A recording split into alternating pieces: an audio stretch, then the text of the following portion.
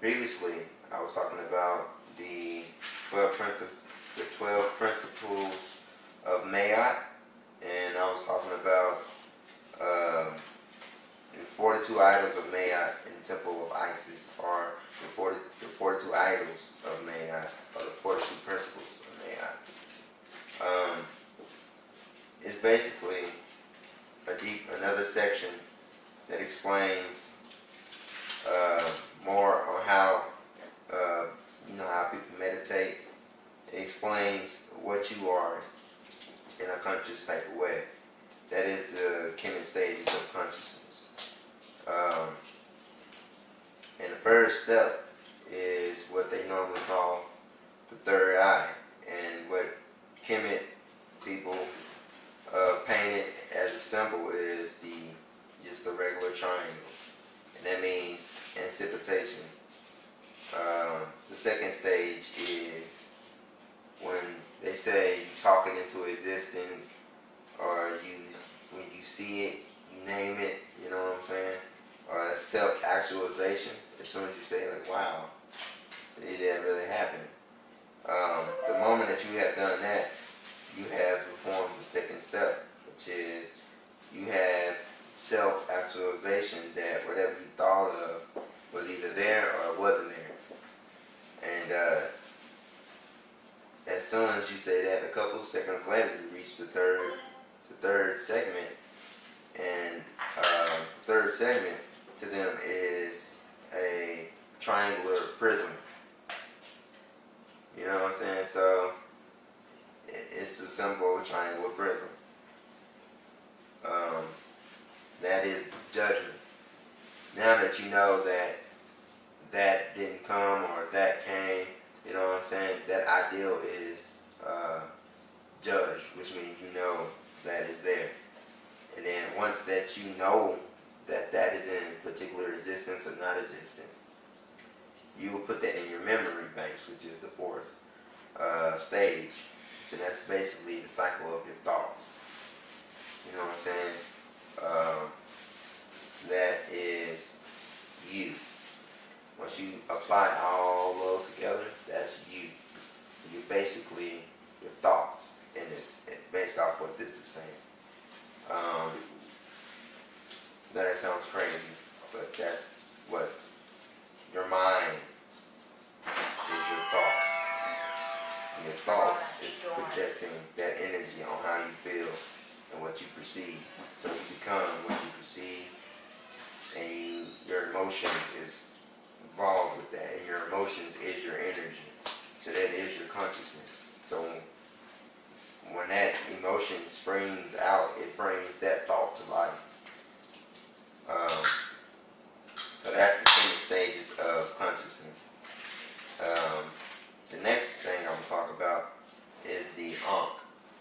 A-N-K-H. It's the Ankh. The Ankh. Isaiah, can you zoom in on this?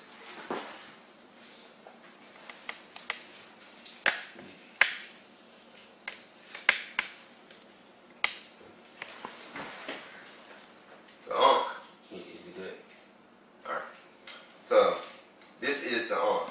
This is the yin and yang. Picture the Ankh as a human yin and yang. You have opposites, but yet you have a little bit of whatever the opposite is on the other side. So, the bottom is straight, right? It's straight, it has lines, and it's the energy that's flowing from the lower part of your region. So, it is straight and is moving in a straight line up and down. That is the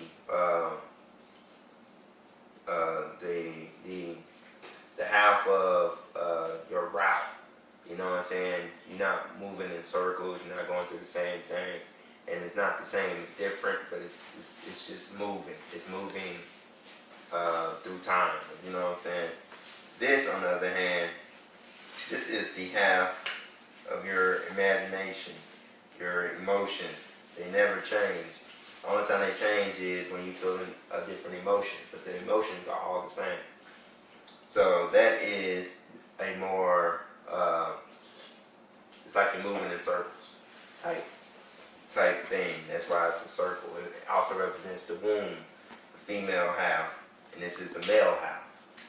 You see what I'm saying? Now you have this half and this half. This is the good and bad. Picture it like that. You need a little, wherever there is good, there is bad. If there's something that looks extremely bad, it's probably something extremely good happening, but you just can't see it. That is how the yin and yang work, which means that wherever there is one particular thing, something is not 100% hot, something is not 100% good, something is not 100% that, because if it was 100% that, how would you know what the opposite end is? How would you know that that is good? You know what I'm saying? So, when you look at this, it is the polar opposite.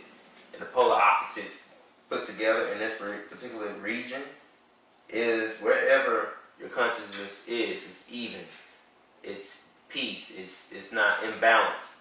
So if your body is balanced, you'll be able to do a lot things. You'll live longer. You'll be happy. You won't try to fight as much. You'll be more at peace. You'll be more happy with your life. You know what I'm saying? So it's basically telling you that if you have you follow all 4 of the steps correctly, and you have them balanced, and you don't lose, and you don't use too much of one emotion and be imbalanced, your energy, your life will be, you'll be more healthy in a way. You'll be more in tune with the world and the planets. You collect information, you know what I'm saying? You will be conscious. So that's what the Ankh is. The Ankh represents life, because that is basically what it is. It is the polar opposites in tune and balance with each other, and it's a mystery because it's whatever you want it to be. It is creation. It is life. That is the Ankh.